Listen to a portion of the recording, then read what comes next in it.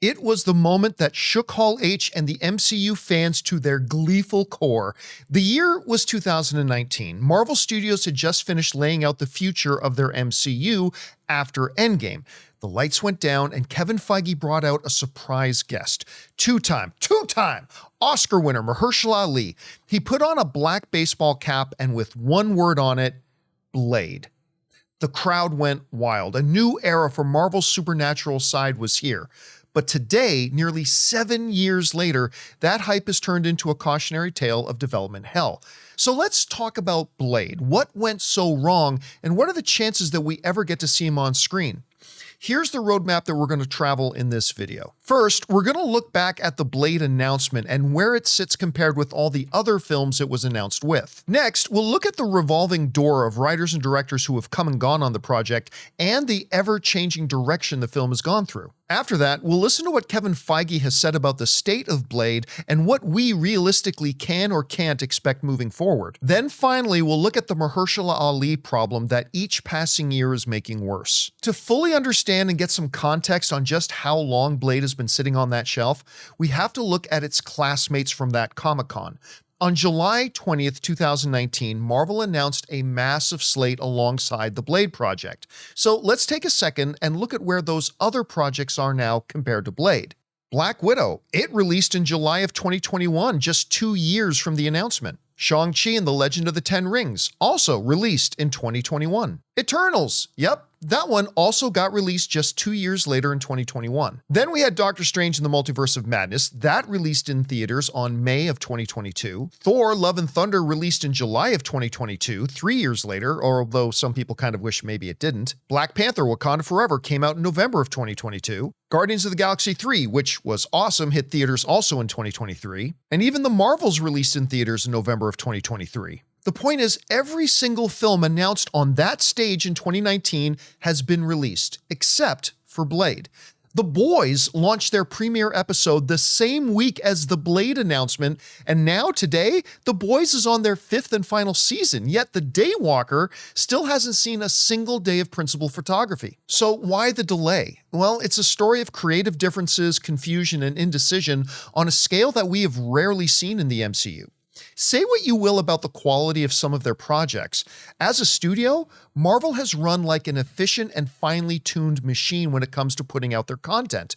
Almost 55 movies and Disney Plus shows since Iron Man, all coming out without a hitch. Until Blade. So as we look at the development hell, it all started in 2021 when Stacey Osei Kuffour was hired to write the script. Now, she was just coming off an Emmy nomination for writing Pen 15 and was a key writer on the HBO Watchmen series. And Bassam Tariq was set to direct. But by late 2022, just weeks before filming was supposed to start, Tariq exited the project. Now, reports suggested that the script was underwhelming, alleging that only 80 pages had been written and featuring only 2 lackluster action sequences.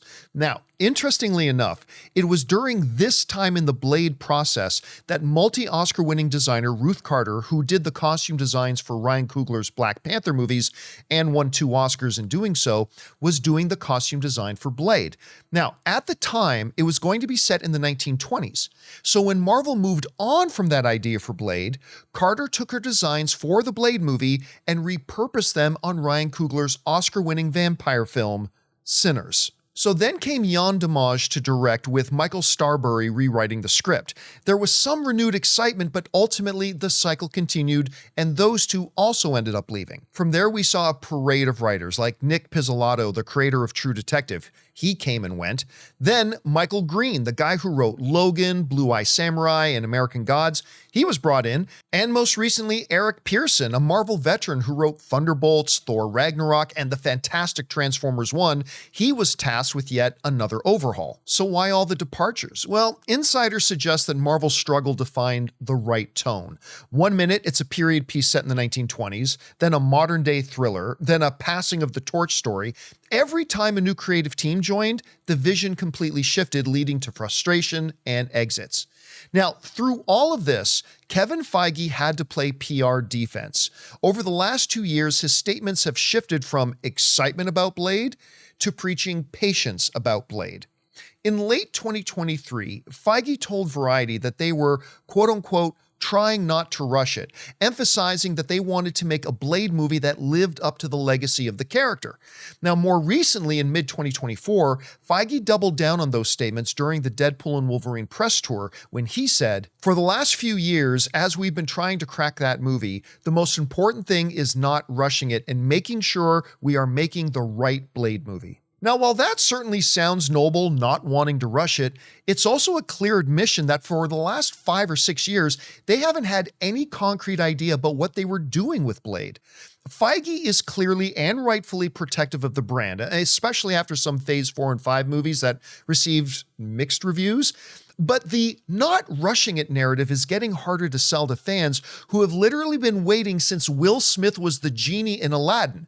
Yes, that was 7 years ago. You feel old yet? Now, all that brings us to perhaps the most pressing issue, the man in the shades himself. Mahershala Ali is a generational talent, a two-time Academy Award-winning actor, and he is the reason the movie is happening at all. But biology is a factor in action filmmaking. When Ali walked onto that stage in 2019, he was 45 years old already. Even then, it was pushing the upper limits on how old you want your actor to be when just starting out in your cinematic universe. After all, in today's comic-verse filmscape, you'd like your actors to be around in their roles for 10 to 15 years if possible, but that was then. Today, as I record this in 2026, Mahershala Ali is already 52 years old. Now, to put this all in context, when the first Blade movie came out all the way back in 1998, Wesley Snipes was 36 years old. And when his final Blade film hit theaters, he was 42 years old, which means Mahershala Ali will theoretically be launching his first Blade film somewhere around 12 years older than Wesley Snipes was when he finished his final Blade film. That's right. Even if they started filming tomorrow, a 2028 release is the most realistic scenario, and by then, Mahershala Ali will be 54 years old. Now, to put that into further perspective, Robert Downey Jr. was 54 years old when Endgame released, and that was supposed to be his retirement from the role, at least at the time. If Marvel wants a Blade trilogy, Ali would have to be well into his 60s by the time the third film comes out. The longer Marvel waits, the more they risk losing the window for Ali's physical prime in the role. And in reality, they might already be past that date. Blade is a character that deserves greatness. He could be the face of the MCU's Midnight Suns. But with years of delays, a revolving door of creators, and an aging star, the pressure is higher than ever.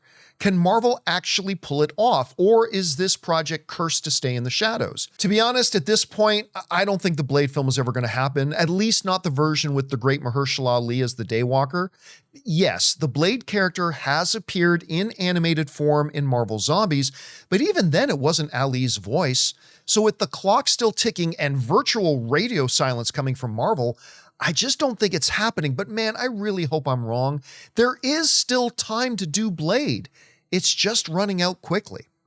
Let me know what you guys think down in the comments. Do you think Mahershala Ali will ever actually suit up, or should Marvel just start fresh at this point?